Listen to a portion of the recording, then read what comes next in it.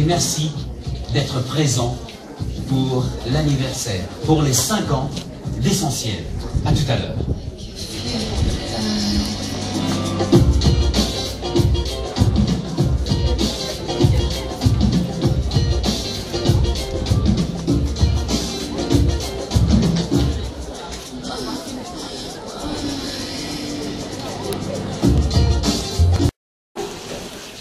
Nous avons voulu qu'elle vous parle d'amour et de mystère, comme les petites ruelles, les canaux langoureux, le labyrinthe, les soleillios de la cité romantique.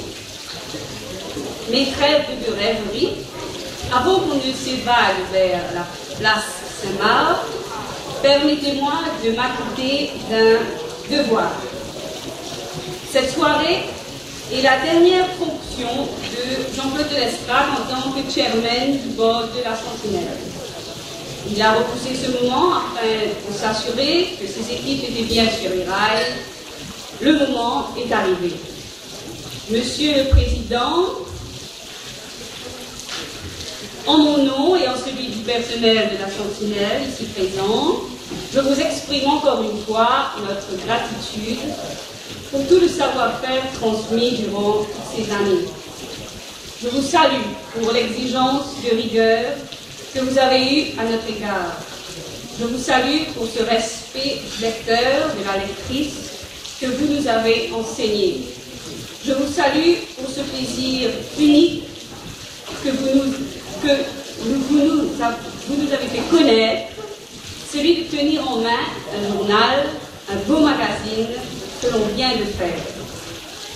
Je vous salue aussi, puisque le forum s'y prête, pour la place faite aux femmes de la Sentinelle. Au comité éditorial qui regroupe les responsables des différentes publications, nous sommes 7 femmes et 10 hommes. C'est pas mal. C'est assez gender friendly.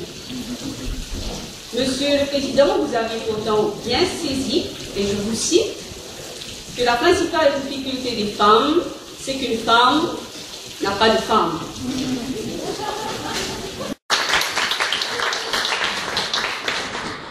Nous avons été émus par ces femmes debout et combattantes après un divorce, par la difficulté d'être maman célibataire, par celles qui luttaient avec un handicap pour se faire une place. Nous vous avons partagé de belles histoires de femmes, d'engagement.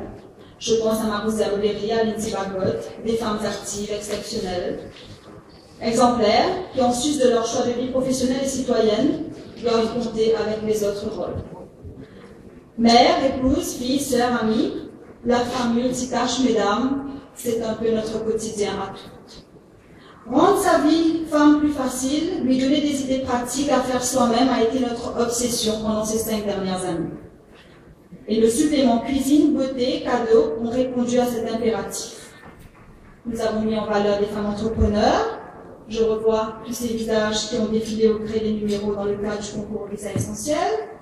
Nous avons été bouleversés par la forte Christine Rouget, femme homosexuelle, qui a témoigné chez nous.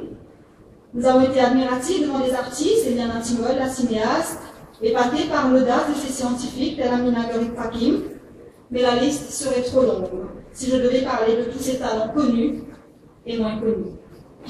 Nous nous sommes donné bien d'autres missions, parce que la femme est celle qui éduque, qui transmet les valeurs. Nous nous sommes convertis en militantes écologiques pour donner l'exemple. Le numéro vert, j'espère que vous vous en souvenez, paru en 2009, imprimé sur du papier entièrement recyclé et qui s'était décliné sur le thème vert, a été accueilli comme une première et a marqué les esprits, comme nous le souhaitions. 60 numéros qui font la fierté de toute une équipe. Permettez-moi de la saluer. La rédaction, une rédaction soudée, grâce à un esprit de solidarité et de partage. Alexandra, Laurent, Nathalie, Camille, à laquelle s'est ajouté d'autres noms, Valérie, Martine, une efficace unité de mode dirigée par Anne Marion Calice, des artistes graphiques talentueux, Alain, où es-tu Alain?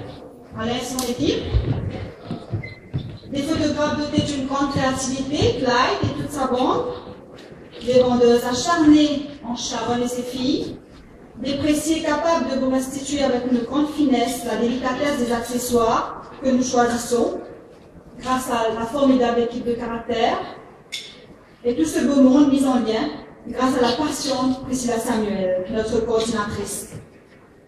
Mesdames et messieurs, je vais rester à l'essentiel. Je vous laisse découvrir maintenant notre 60e numéro et je vous souhaite une bonne soirée et surtout une agréable lecture.